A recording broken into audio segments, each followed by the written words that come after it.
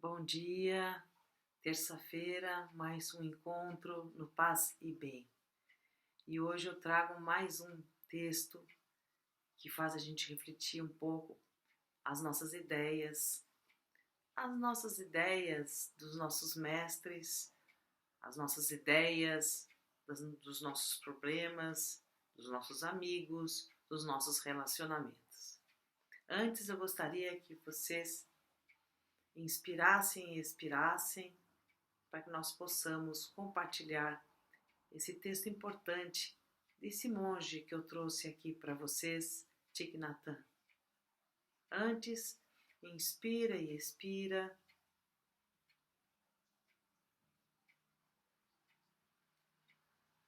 Três vezes.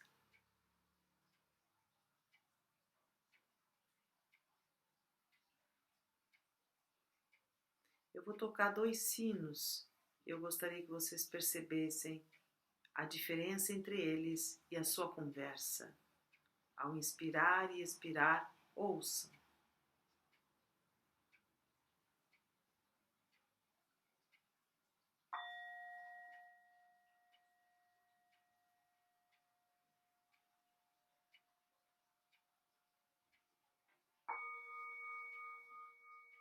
Inspira e expira esses sons.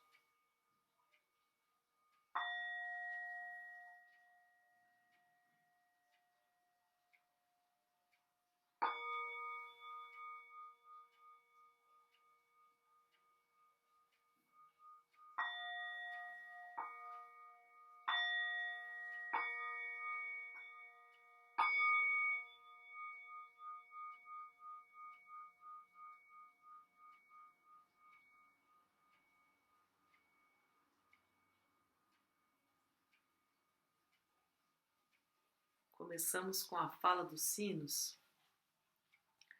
Como é a nossa escuta? Apesar de eu tocar aqui, não sei como vocês ouviram aí, mas como está a nossa escuta, a nossa percepção da diferenciação e ao mesmo tempo o começo e o fim de um som?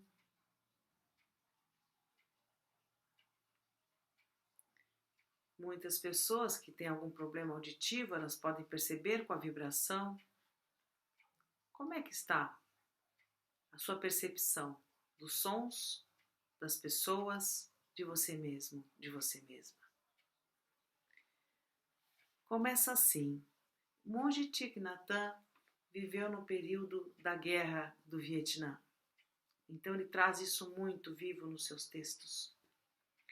Nós não podemos esquecer das grandes guerras que a humanidade passou. E pessoas passaram por elas, as que sobreviveram, não é? Agora, dia 6 de agosto, nós vamos estar lembrando 77 anos da bomba em Hiroshima e Nagasaki. Nagasaki foi, acho que no dia 9.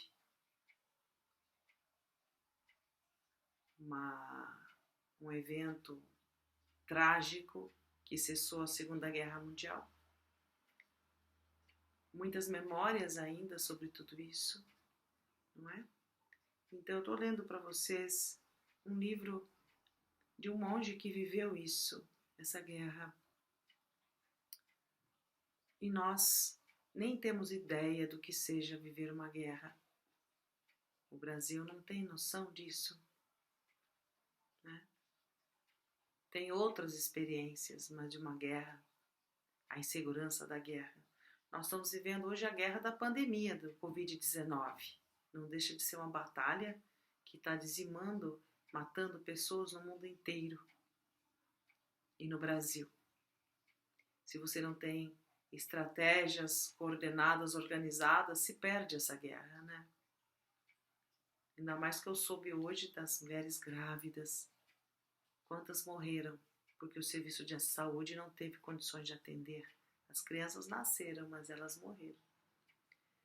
Então, na nossa vida, que causas e condições nós vamos criando desde o microcosmos, que é a nossa família, a nossa vida, que a gente deixa de cuidar, criar condições para poder viver bem, viver com sabedoria, com equilíbrio.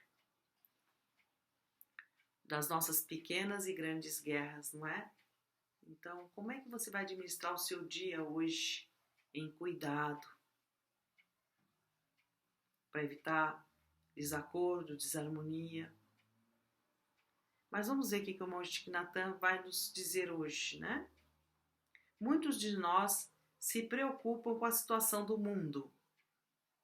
Não sabemos quando as bombas irão explodir. Sentimos que estamos à beira disso. Como indivíduos, nos sentimos desamparados, desesperados, desesperadas. A situação é muito perigosa. A injustiça está muito disseminada e o perigo está muito próximo. Se ficarmos em pânico diante dessa situação, as coisas vão piorar. Nós temos que permanecer calmos. Nós temos que permanecer calmas. Para o quê? Para ver claramente. E a meditação é estar consciente e treinar essa mente de calma. Precisamos treiná-la. Nós não treinamos a nossa mente, então ela anda muito louquinha por aí, né? Ela reage, ela não age, ela não para, respira e pensa e atua. A gente não dá esse tempo, nós não treinamos a nossa mente para isso. E ela precisa ser treinada, as nossas reações, né? Porque aí a gente se machuca e machuca o outro. As pessoas vão para terapia para tentar entender por que são agressivas, porque agem de uma forma ou de outra. Mas se você faz a prática meditativa, dependendo do grau dessa agressividade, desse impulso, né?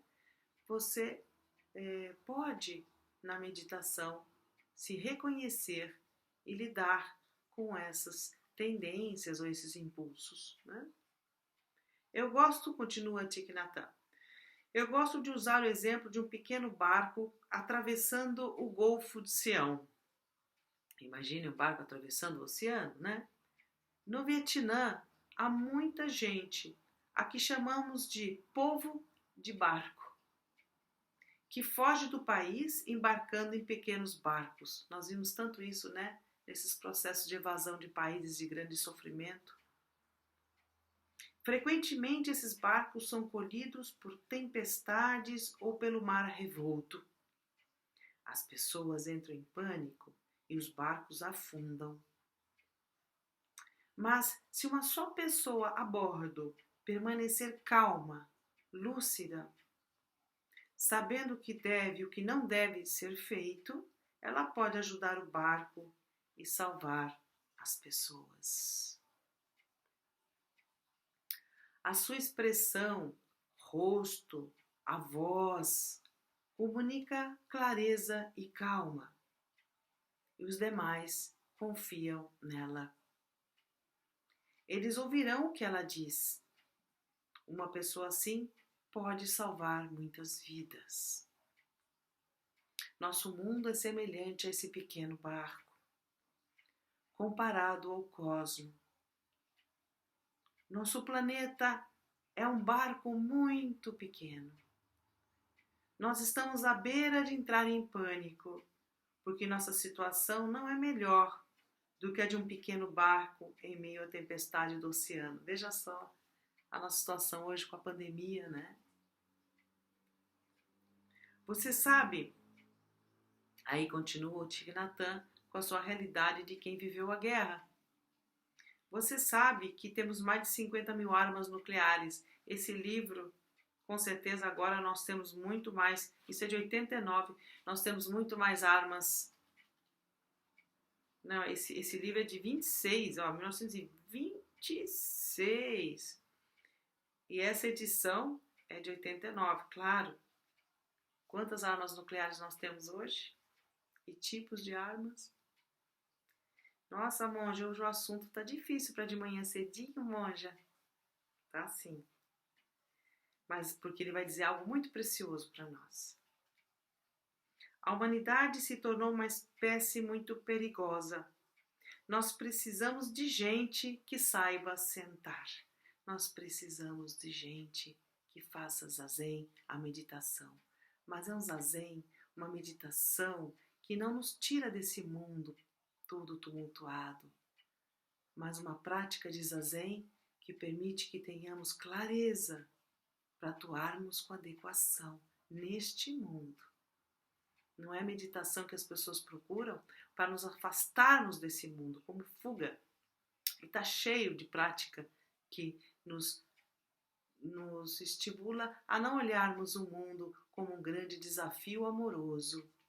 O mundo é um espaço de desafio amoroso e não de repulsa, não de aversão. Então, isso que Thich Nhat Hanh fala. Está faltando gente que sente. Está faltando gente que sente em zazen, que sente em meditação. E que seja capaz de sorrir e caminhar pacificamente. Precisamos de gente assim para nos salvar. Aí ele fala do budismo Mahayana, que é uma corrente do budismo, né? É o grande veículo, são muitas escolas vinculadas a essa corrente.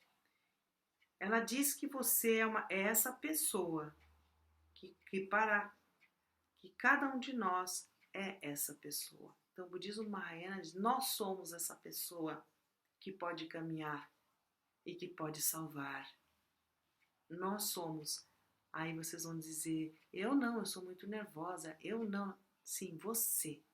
Esse é o recado de nosso encontro hoje. Você é esta pessoa que pode salvar, que pode caminhar de forma pacífica e com sabedoria, diante de toda a confusão, diante de todos os riscos. Aí ele fala, né, que ele teve um discípulo chamado Thich Nhat Hanh, que entrou no mosteiro com a idade de 6 anos, se entrava muito cedo, né, nesses países. Aos 17 começou a estudar comigo. Mais tarde ele se tornou o primeiro diretor da escola de juventude para serviços sociais, onde orientou milhares de jovens durante a Guerra do Vietnã. No trabalho de reconstrução das aldeias que tinham sido destruídas e de restabelecer milhares de refugiados que escaparam das zonas de combate. Foi morto num acidente. Eu estava em Copenhague quando soube de sua morte. Ele era um monge muito amável, muito corajoso. Quando era noviço, veja só, com 6 e 7 anos de idade, ele via as pessoas irem ao templo levando bolos e bananas para oferecer a Buda. É comum, né, que os templos budistas a gente ofereça as frutas a Buda. A gente coloca nos altares oferecendo a ele antes de nos alimentar dessas frutas. E queira saber como ele comia bananas. Então ele ficou esperando que Buda comesse as bananas. Esperou então que todos saíssem e o altar estivesse fechado para se esgueirar pela porta, aguardando que Buda estendesse a mão para apanhar a banana, descascá-la e comê-la. Isso é a fantasia dessa criança, né? Esperou um bocado de tempo, mas nada aconteceu. Pareceu-lhe que Buda não comia bananas, a menos que não fizesse por ter percebido que estava sendo espionado por alguém. Isso ele tinha 6 a 7 anos de idade, né? Fantasia da criança daquela época, né? Hoje o que é uma criança de 6 a 7 anos de idade? Thich Nhat Hanh contou-me várias histórias de quando era pequeno. Ao descobrir que a estátua de Buda não era o Buda, ele começou a perguntar: onde estavam os Budas? Por que não lhe parecia que estes vivessem entre os humanos? Onde estavam os Budas? Não vivem entre os seres humanos? Achava que os Budas não deviam ser muito bons. Veja só, pois quando as pessoas se tornavam Budas, se afastavam de nós e iam para um lugar longínquo. Quando a pessoa despertava, ia para longe. Eu lhe disse então que Budas éramos nós. Que os Budas eram feitos de carne e osso, e não de cobre, e não de metais, e não de pedras, e não de vidro, nem de ouro, nem de madeira. A estátua de Buda é apenas um símbolo, do mesmo modo que a bandeira americana ou as nossas bandeiras dos nossos países são símbolos. As bandeiras não são o povo americano ou o povo brasileiro, são representações. A raiz são símbolos, né? Muito utilizado hoje nas manifestações por vários objetivos. A raiz da palavra Bodhi, de Buda, Bodhi, significa despertar,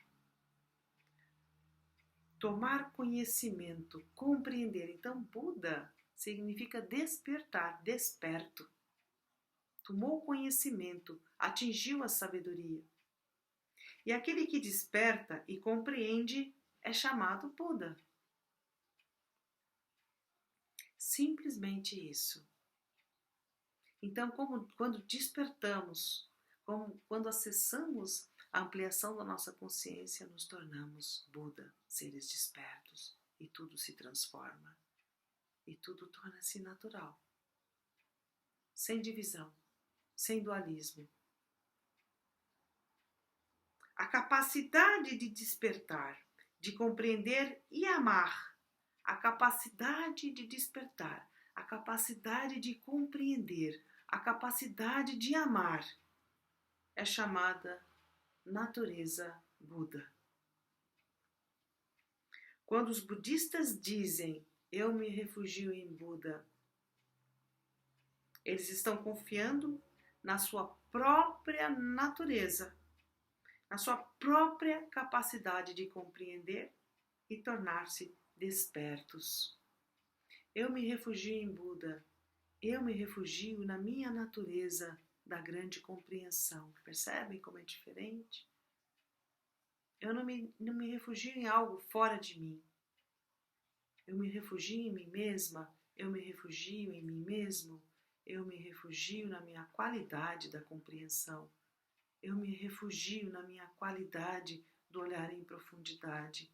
Eu me refugio na minha qualidade de sabedoria. Eu me refugio em Buda, essa característica em mim. Os chineses e os vietnamitas dizem, eu retorno e me apoio no Buda em mim. Acrescentando em mim, fica bem claro que você mesmo é Buda. Importante, porque nós vivemos religiões e que às vezes a gente acredita em deidades, né, em imagens. Mesmo no budismo, você tem a imagem de Buda, né? Existe uma grande discussão sobre isso. Mas Buda significa desperto, é a nossa condição de despertar. Então, nós reverenciamos um grande mestre que surgiu na história 600 anos antes de Cristo, Siddhartha Gautama, que despertou, tornou-se Buda. E ele ensinou até os 80 anos como é que nós despertamos esse Buda em nós. Onde ele está? É você, assim como você está, assim como você é. Não criar uma ideia falsa de você, mas olhar essa amorosidade em você, olhar essa sensibilidade, esse olhar de compreensão, despertar, acessar, e a gente acessa por meio do Zazen, da meditação Zen, esse assentamento que tudo enxerga. Por isso convidamos vocês a acessarem as nossas páginas do Zen do Brasil, no Facebook, Instagram. Nós temos uma programação extensa de prática de Zazen. Estejam comigo no domingo às 7h15 da noite. Eu oriento como sentar em Zazen. Tem também o Genzo Sensei que orienta no domingo às 10, às 11 da manhã. Eu cismo que é às 10 da manhã, porque no nosso período presencial já começava a organizar tudo às 10 da manhã, né? Mas o Zazen online às 11 da manhã, como presencial era, né? Aí vocês podem acessar às 11 da manhã aos domingos e o meu Zazen orientando às 19h15. E eu tenho sentado em Zazen terça às 6h30 da manhã e quinta-feira às 6h30 da manhã, mas eu só faço Zazen, não converso. Vocês podem visitar no Facebook do Zen do Brasil. Bom, e aí ele continua, né? No budismo existem 3 joias: Buda, Dharma e Sangha. São as 3 joias do budismo. Buda é aquele que despertou. Dharma é o caminho da compreensão e do amor. Sangha é a comunidade que vive essa consciência. Precisamos uns dos outros. Nesse momento de pandemia, busquem pessoas que você tenha afinidade, né? Se você quer desenvolver esse lado da meditação, acesse, vá atrás dessa sangha que está estudando, que está explicando, que está ensinando. Tente acessar nesse momento ainda de pandemia, porque nós ainda estamos em pandemia, ainda estamos num momento muito delicado. Procure acessar esse Buda que é você. Tire o pó dos móveis, tire a poeira que está em cima, embora, como disse Daikaino, o nosso monge ancestral, né? Ele disse assim: se desde o princípio nada existe, como é que é isso, monge? Onde o pó pode se assentar? O que existe e o que não existe? Tudo está em constante transformação. Só observe se você não está acumulando muitas ideias, preconceitos, sentimentos que estão impedindo que você possa enxergar a sua verdadeira natureza. A sua verdadeira natureza é Buda. A sua verdadeira natureza, dê o nome que você quiser dar. Essa dimensão em você, o que você está fazendo por ela para acessá-la e enxergá-la. Por hoje, paro por aqui. Tente enxergar essa sua natureza em cada coisa que você esteja fazendo e no outro, mas com tranquilidade, e busque sentar em zazen. Acesse os nossos sites, nossos endereços, nossas oportunidades. E aí você vai conseguir fazer essa travessia nesse mar revolto com muita tranquilidade, ajudando inúmeros seres com você. Fique bem. Excelente semana.